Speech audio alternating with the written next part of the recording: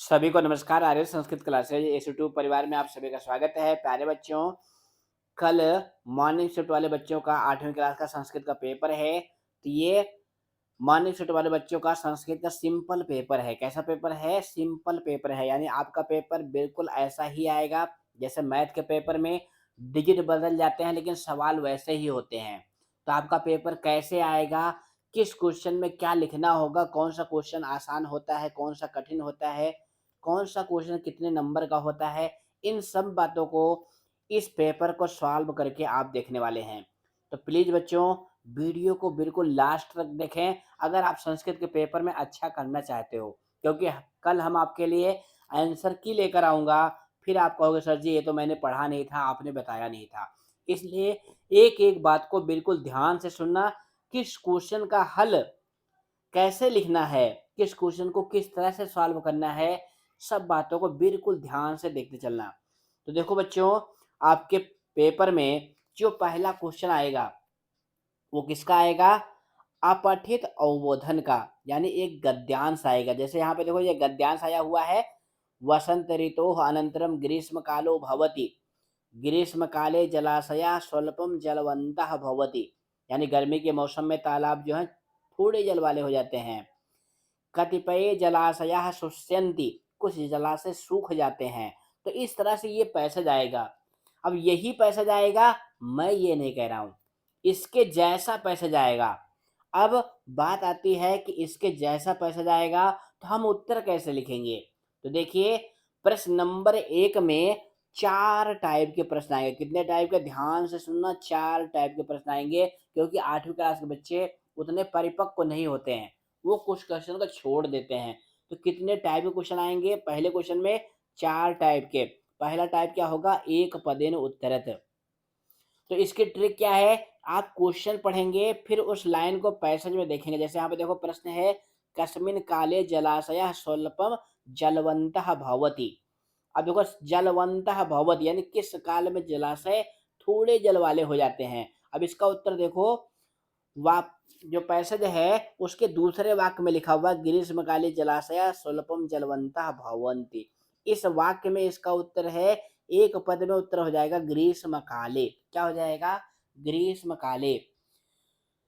उसके बाद दूसरा प्रश्न है, कस्य ऋतोः अनन्तरं ग्रीष्मकालो भवति, किस ऋतु के बाद ग्रीष्मकाल होता है? तो देखो ये कहाँ लिखा हुआ है, ग्रीष्मकाल कब होता है? देखो पहले ही वाक्य में लिखा हुआ है वसंत ऋतोः अनंतरम।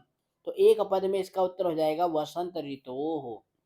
तो इस तरह से आपको उत्तर ढूंढना है। अगला है, वायुमंडले किम वर्धते, वायुमंडल में क्या बढ़ता है? तो इसका उत्तर है तापः। अभी कहाँ लिखा हुआ था?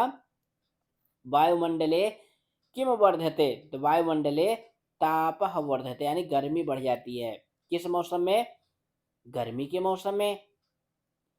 तो इस तरह से आप जो है उत्तर ढूंढेंगे। उसके बाद देखो क्या है, ग्रामीणाः जनाः कस्य जलम पीबति, ग्रामीण लोग जो है किसका पानी पीते हैं? अब गांव वालों के पास तो फ्रिज होता नहीं है, तो किसका पानी पीते हैं? घड़े का पानी पीते हैं, तो घटस्य।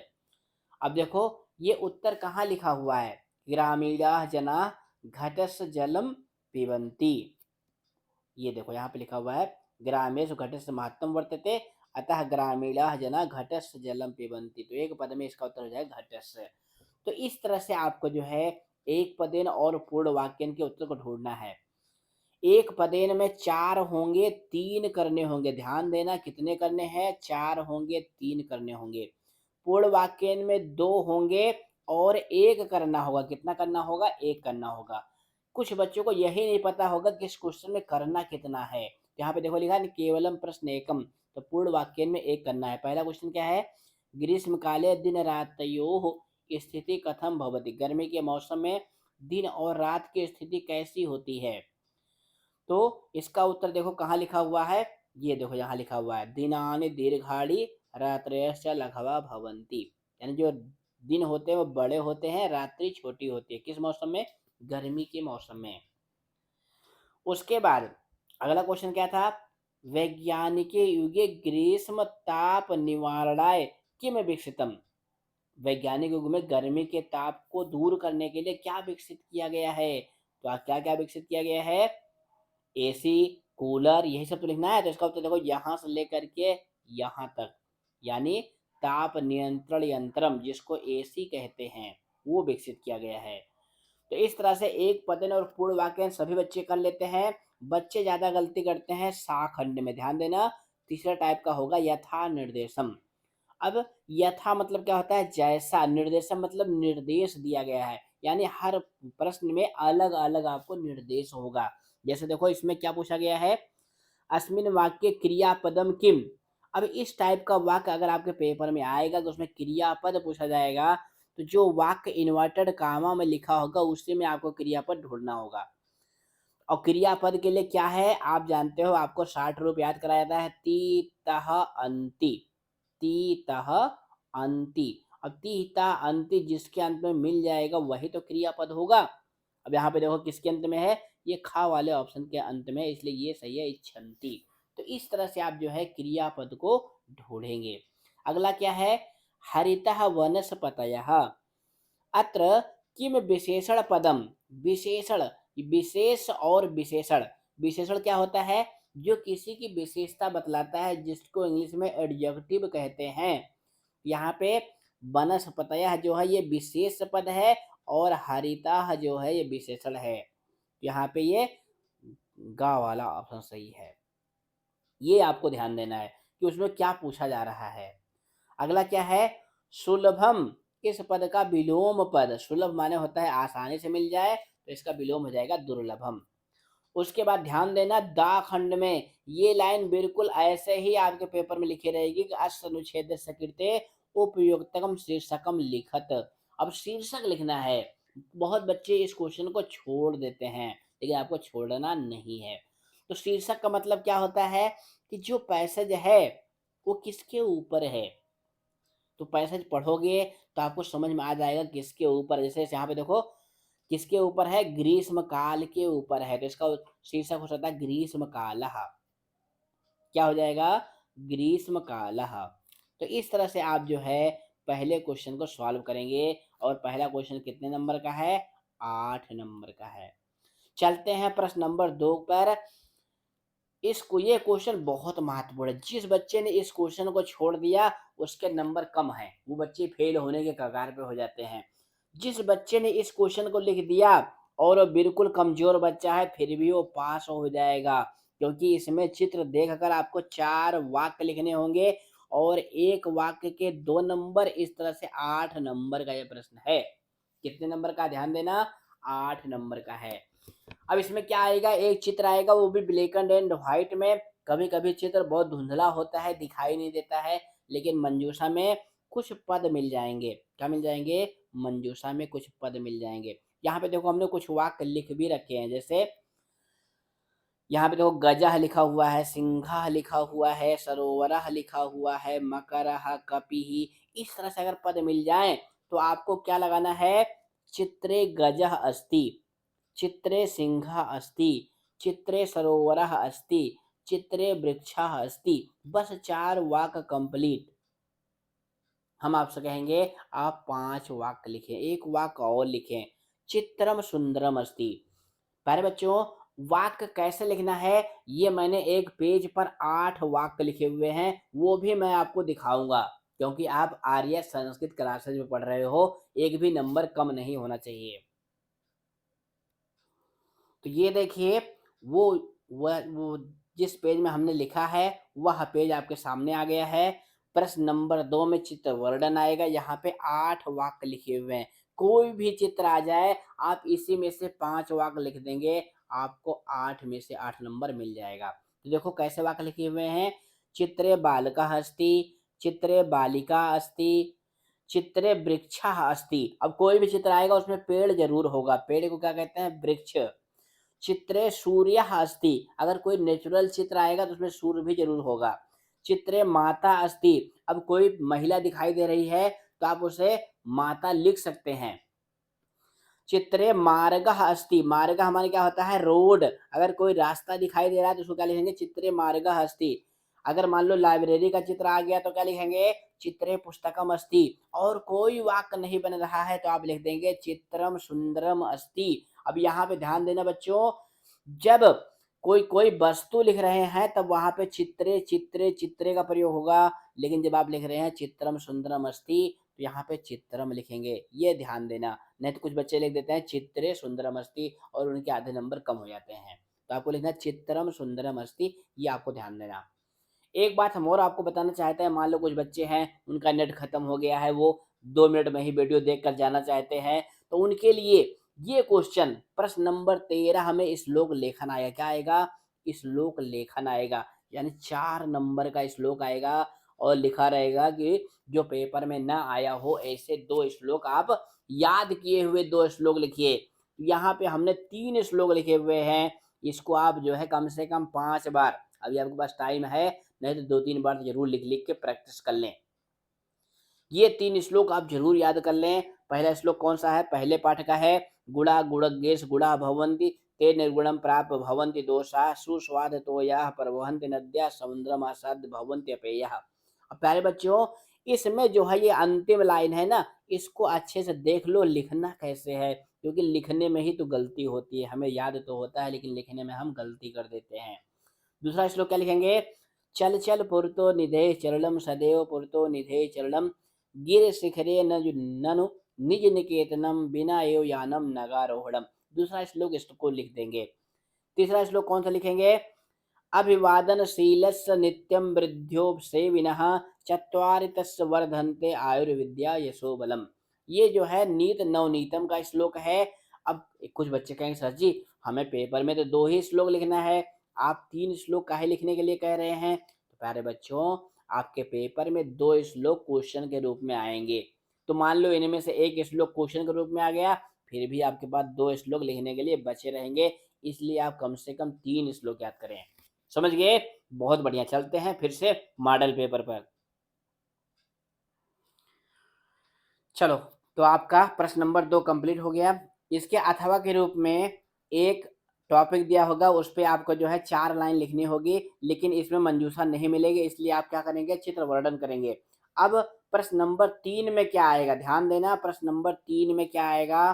प्रश्न नंबर 3 में बिल्कुल ऐसा ही लिखा होगा, पदानां मेलनं कृत्वा वाक् रचनां कुरुत। 3 पद लिखे होंगे, इनको मिलाकर आपको वाक्य बनाना होगा। अब ऐसा-ऐसा मिला देंगे तो वाक्य गलत हो जाएगा, क्योंकि वाक्य का अर्थ होना चाहिए, ये आपको ध्यान देना है। और ये जो पद लिखे होंगे, ये आपकी किताब से ही होंगे, तो इनको अर्थ के अनुसार मिलाना होगा। जैसे देखो यहाँ पे मिर्गात, मिर्गात मतलब क्या होता है? हिरण से, कस्तूरी जायते। इन तीनों पदों को मिलाएंगे तो पहला वाक्य कंप्लीट होगा। दूसरा वाक्य क्या है? लुब्धस्य यशः नश्यति। ये आप पहले पाठ में पढ़े हैं ना कि जो लालची होता है उसका यश नष्ट हो जाता है। तीसरा वाक्य क्या मिलाएंगे? पुरतः चरणम निधेहि, सदैव पुरतम निधे चरणम, उस पाठ की ये वाक्य है ये। उसके बाद अगला क्या है? अगला वाक्य है पंच अंगुल्यः सन्ति। अब यहाँ पे देखो हमने अलग-अलग कलर का प्रयोग करके मिलान किया है, लेकिन पेपर में आप क्या करेंगे? मिलान नहीं करेंगे, तीनों पदों को इकट्ठा लिखकर वाक्य बनाएंगे। क्या बनाएंगे? वाक्य बनाएंगे, तब आप पूरे नंबर पाएंगे। हो गया कंप्लीट। अब चलते हैं प्रश्न नंबर 4 पर। अब आपका शुरू होगा खंड गा, जो कि होगा ग्रामर का। तो ग्रामर में प्रश्न नंबर 4 में क्या आएगी? संधि आएगी। तो हमने आपको 2 मॉडल पेपर जो सॉल्व किए हैं उसमें भी बताया हुआ है कि आपके सिलेबस में 2 संधि है, दीर्घ संधि और गुण संधि। तो देखो, दीर्घ संधि कब होती है? जब छोटा आ, ई और उ और री, इनके बाद क्या आते हैं? आ के बाद आ आता है तो बड़ा आ में बदल जाता है, ई के बाद ई आता है तो बड़ी ई में बदल जाता है, इसी तरह से ऊ के बाद छोटा ऊ फिर या बड़ा ऊ आता है तो बड़ा ऊ में बदल जाता है। यही दीर्घ संधि है। नहीं पढ़ा है तो प्ले लिस्ट में जाएं और हमारे स्वर संधि की वीडियो में 2 संधि पढ़ लें, कौन सी? दीर्घ संधि और गुण संधि। अब ये भी कैसे आएगा? एमसीक्यू में आएगा, तो अगर थोड़ी बुद्धि लगाओगे तो आप 100% सही कर ले जाओगे। तो यहाँ पर देखो पहला क्वेश्चन क्या है? चा अपसार्य। अब यहाँ देखो चा के बाद में क्या है? छोटा आ है और उसके बाद फिर क्या है? छोटा आ है। तो दोनों मिलकर के बड़े आ में बदल जाएंगे। तो कौन सा ऑप्शन सही होगा? ये खा वाला ऑप्शन सही होगा, चा अपसार्य। अगला क्या है? कलम इत्यादि न, तो इसमें ये गा वाला ऑप्शन सही है, कलम प्लस इत्यादि न, ये वाला ऑप्शन सही है। अब इसमें कौन सा संधि है? इसमें जो है आ और ए मिलकर के ए हो रहा है, तो गुण संधि है। अगला क्या है? आर्यभटस्य अपि, तो इसका हो जाएगा ये खा वाला ऑप्शन, आर्यभटस्य प्लस अपि। अगला उदाहरण बहुत पूछा जाता है, प्रथमो उपग्रहस्य, तो इसका हो जाएगा प्रथम प्लस उपग्रहस्य। अब ये एग्जाम्पल आया है, तो दो एग्जाम्पल प्यारे बच्चों हम आपको और बताना चाहेंगे जो बहुत पूछे जाते हैं। एक है भोज, मिटा के फिर से लिखता हूँ, भोज प्लस पत्रो उपरि, भोज पत्रो उपरि। अब यहाँ पे संधि होगी, क्या बन जाएगा? भोज पत्रो उपरि, ये इस तरह से आता है, फिर से लिखता हूँ, भोजपत्र प्लस उपरि। ये बहुत पूछा जाता है, इसलिए मैं सोचा आपको बता दूं। संधि होगी तो क्या हो जाएगा? भोजपत्रो उपरि बन जाएगा। नोट कर लीजिए इसको, ये एग्जाम्पल बहुत पूछा जाता है। भोजपत्रो उपरि, ताम्रपत्रो उपरि, ये दोनों उदाहरण बहुत पूछे जाते हैं। तो प्रथमोपन्यास कंप्लीट हो गया। उसके बाद प्रश्न नंबर 5 में क्या आएगा? उपसर्ग आएगा। क्या आएगा? उपसर्ग। यहाँ पे उप प्लस विष्टा, तो कुछ नहीं करना है, प्लस को हटा करके उपविष्टा लिख लेना है। प्रति प्लस रोधा, तो इसमें भी प्लस को हटा करके जोड़ देना है। अति प्लस आचारः, अब यहाँ थोड़ा सा गलती की संभावना है, क्योंकि यहाँ पे पहले संधि करेंगे, यड़ संधि, तो इसका बनेगा अत्याचारः। आ प्लस गच्छति, तो हो जाएगा आगच्छति। उसके बाद प्रश्न नंबर 6 में, प्रश्न नंबर 6 में क्या आएगा? अव्यय आएगा। क्या आएगा? अव्यय। प्यारे बच्चों प्रश्न नंबर 6 में अव्यय आएगा, वो भी मंजूषा में लिखा होगा, और जो लाइन है वो आपके पाठ की ही आएगी। किसकी आएगी? पाठ की आएगी। यहाँ पे देखो क्या क्या लिखा हुआ है, तदा मत तथा माने वैसा, तदा माने तब, तू माने तो, सा माने होता है साथ। अब यहाँ पे देखो पहला क्या है? एतत् तो सर्वथा अशोभनीयम कृत्यम, ये तो सर्वथा अशोभनीय कृत्य है। अब ये किस पाठ की लाइन है? जो आपका पाठ है वो पर्यावरण वाला, कौन सा? कह रक्षति कह रक्षिता, उस पाठ की लाइन है। पर्यावरणेन सह पशवः अभिरक्षणीयः, ये भी उसी पाठ की लाइन है। यदा पृथिव्या छाया पातेन चंद्रस्य प्रकाशः अवरुध्यते तदा चंद्रग्रहणं भवति। तो प्यारे बच्चों यदा और तदा ये दोनों एक साथ आते हैं, इनका ध्यान रखेंगे। अगला क्या है? गृह यथा सर्वाधिका रम्या भगनी भवती तथा भारत गृह अभी सर्वाधिका रम्या इमा सप्त भगिन्या, तो यथा और तथा भी एक साथ आते हैं, यदा और तदा एक साथ आते हैं, यथा और तथा एक साथ आते हैं, ये आप ध्यान रखिए।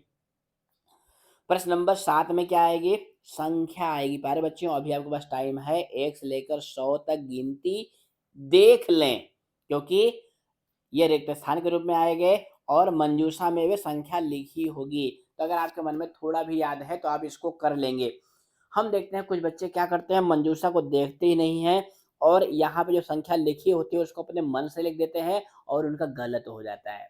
तो अपने मन से नहीं लिखना है, मंजूषा में जो पद लिखा है उसके अकॉर्डिंग ही लिखना है।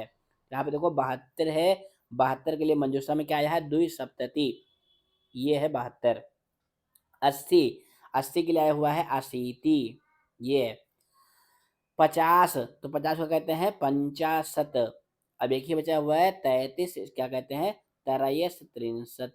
तो इस तरह से मंजूषा से देखकर आप सही लिखेंगे, गलत नहीं लिखेंगे। प्रश्न नंबर 8 में शब्द रूप आएंगे, इस तरह से लाइन लिखी होगी और उसमें 2 पद ब्रैकेट में लिखे होंगे, एक पद सही होगा वाक्य के अनुसार। तो यहाँ पे देखो क्या लिखा हुआ है, अस्माकम देशे नवविंशति सन्ति, सन्ति मतलब बहुवचन, तो हो जाएगा राज्यानि। एतस्याम रात्रौ क्व जीवः आगच्छति, तो इसमें हो जाएगा गुहायाम। तो अर्थ के अनुसार ही यहाँ पे पद भरने हैं। अधुना आपणे वस्तु क्रयार्थम अनिवार्यता न अस्ति, तो इसमें आएगा रूपकाणाम, ये रूपकाणाम सही है। सामाजिक कुरीतिनाम सावित्री मुखरम अकरोत, तो क्या क्या था? विरोध किया था, तो इसमें विरोधम आएगा। अब यहाँ पे देखो थोड़ा थोड़ा अंतर है, यहाँ पे विरोधम लिखा हुआ है, यहाँ पे विरोधा लिखा हुआ है, तो वाक्य के अनुसार विरोधम सही होगा। उसके बाद इसी का खा खंड है, उसमें जो है धातु रूप लिखा होगा ब्रैकेट में, उसमें से एक सही होगा, एक गलत होगा, तो आपको सही का चुनाव करना है। जैसे यहाँ पे देखो, कर्ता क्या है, धेनु, एक वचन का है, इसलिए खादती सही होगा। क्रिया हमेशा कर्ता के अनुसार ही होती है, इसका आप ध्यान रखेंगे। यहाँ पे देखो क्या है, सामान्य जनाह, ये बहुवचन का है, इसलिए अनुभवंती सही होगा। यहाँ पे क्या है, नूनम ऐसा गुहा स्वामिना सदा समाहवनम, यहाँ पे गुहा जो है एक वचन की है, इसलिए करोति सही होगा। वयम उत्तम पुरुष बहुवचन का है, इसलिए भविष्यामा सही होगा। तो इसलिए आपको कर्ता के अनुसार क्रिया चुननी है। अब चलते हैं प्रश्न नंबर 9 पर, जो कि आएगा आपके पाठ से, जो गद्यांश वाले हैं, यानी जो कथा वाले चैप्टर हैं उसमें से आएगा। यहाँ पे देखो, ये किस पाठ का पैसेज आया हुआ है, जो आपका पाठ है चंचल वाला। चंचल जानते हो ना, जो एक शिकारी रहता है और जंगल में जाकर जाल फैला देता है, फिर उसमें बाघ फंस जाता है। क्या नाम है पाठ का, कंटकेन एव कंटकम, उस पाठ के पैसेज है। अब इसमें भी 3 टाइप के प्रश्न आएंगे, कितने टाइप के, 3 टाइप के प्रश्न आएंगे। तो इसका भी उत्तर कैसे करेंगे, प्रश्न पढ़ेंगे, किम नाम या व्याधा, यहाँ पे देखो लिखा हुआ है चंचलो नाम व्याधा, तो एक पद में उत्तर हो जाएगा चंचलः। व्याधा कुत जालम विस्तीर्य गृहम आगतवान, तो कहाँ पे जाल फैला के वो घर चला आया था, तो यहाँ पे देखो लिखा हुआ है ना एकदा, तो ये बने, इसका उत्तर हो जाएगा वने। उसके बाद फुल सेंटेंस का प्रश्न आता है, व्याधा केन स्वीयाम जीविकाम निर्वहत यस्मिन।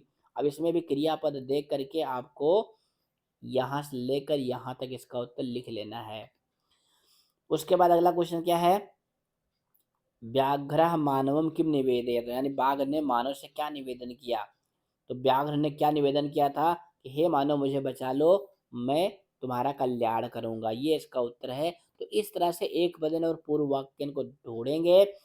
इसमें जो थर्ड खंड होता है, बच्चे यहीं पर ज्यादा गलती करते हैं, इसमें यथा निर्देशम आएगा। देखो क्या क्या पूछा जाएगा इसमें, स्वीयाम जीविकाम, यहाँ पे विशेष पद पूछा है, तो विशेष पद क्या है, जीविका विशेष पद है, इसलिए खा वाला ऑप्शन सही है। सायं का विलोम पद, सायं माने क्या होता है, शाम यानी इवनिंग, तो हो जाएगा इसका प्रातः यानी मॉर्निंग, ये गा वाला ऑप्शन सही है।